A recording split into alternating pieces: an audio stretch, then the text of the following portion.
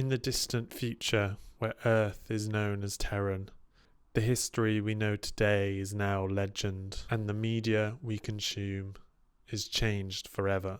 The kafapel, the safapel, kafapel? I think it's a kafapel. A brand new fruit harvested and manipulated, depending on what story a dreamweaver has thought of, has planned, has created. People dream these stories, they become part of their life, they live it, and people in this world are addicted to this hallucinogenic drug-like effect coming from the kafapel across the Milky Way. We follow Quinjin, who is a kafapel dream reviewer, and he comes across this new kafapel, a new strain that completely changes his mind on kafapels and can change people forever. Goth is God. The Continent of Lies by James Morrow. The Continent of Lies is a science fiction book based on dreams and what happens if you can consume dreams created and harvested by scientists or dreamweavers, who are these people that work on certain media and stories that can then be harvested and manipulated into these kafapels. Once the person consumes them, they get an hallucinatory like effect that makes them dream this story that this dreamweaver has created. I like the way this book has a real quite strong focus on media in general, the way we consume media, the way stories are consumed, and how like we review media, like what I'm doing now. I like that it gives a comment on censorship, and it has quite an interesting take on censorship and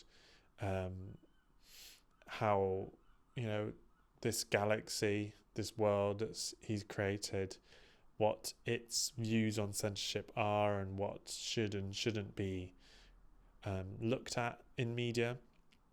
I liked the comments on reviews and media in general, how it can take over people's lives, and it really shows in the world. And I think that the way it's sort of really focused on those, it doesn't go off in tangents of the world of wars or space battles that happen in this world. It really focuses on the kafapel and what it does to people, how this whole sort of culture's developed around it.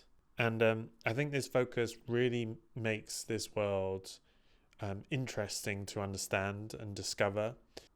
What stories and what sort of genres people look at, and the popular media, popular sort of mainstream entertainment can really sort of almost go alongside the world, and it can really give a sort of a good look at culture and the general like feeling of a world. It's good world building, without overly exposing the inner workings of the world and like having expositions of dialogue and things.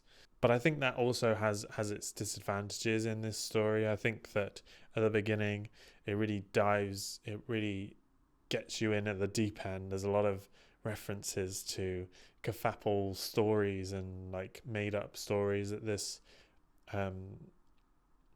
this person has created for this world, and it has technologies and planets that you have no idea what they are. There's no sort of glossary or anything. You just pretty much dive in deep, and at the beginning it's quite a difficult one to get into to really understand what the hell's going on.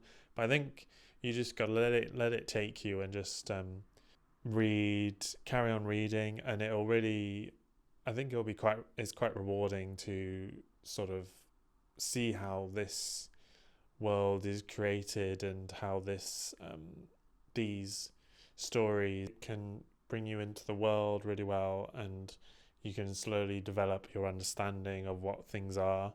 Um, but it is a slow start, and I think, but once you get into it, I think it can really show how good the character is as well, how the main character thinks and understands worlds, and how he's so overly dependent on what he's watched through kafapples, because he's like just consuming them constantly for his job.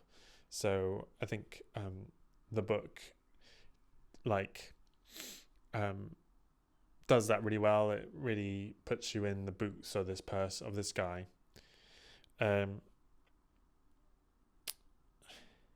but I think the ending, I feel like it's a bit of a change of style. It almost feels like he really wants to get in the certain context and the content that he wants, the beats, the story beats that he needs, and I think it gives away the sort of mystery without it sort of gives away the idea of the main book, the main vibe, the main like structural style of the book.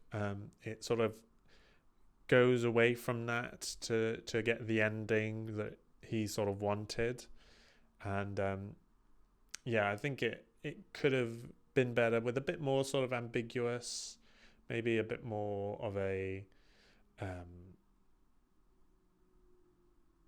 more in context type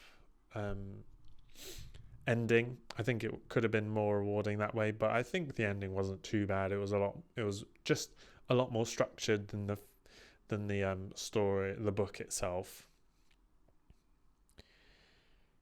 The world itself is actually really interesting as well. It shows how indulgent this civilization is, how consumed they are with these kafapples. They have, you know, they're pretty much consuming like snuff films and eroto beans that people use for sex and that sort of stuff. And it's a really extreme media, which is where media has gone. Media in itself has got rather extreme, like you have to have over exaggerated blood or like over exaggerated violence or things like that, and I think that's where media has gone. I don't think that's a bad thing, but it does show how media has developed through time, has evolved, and yeah, it's quite an interesting look at that.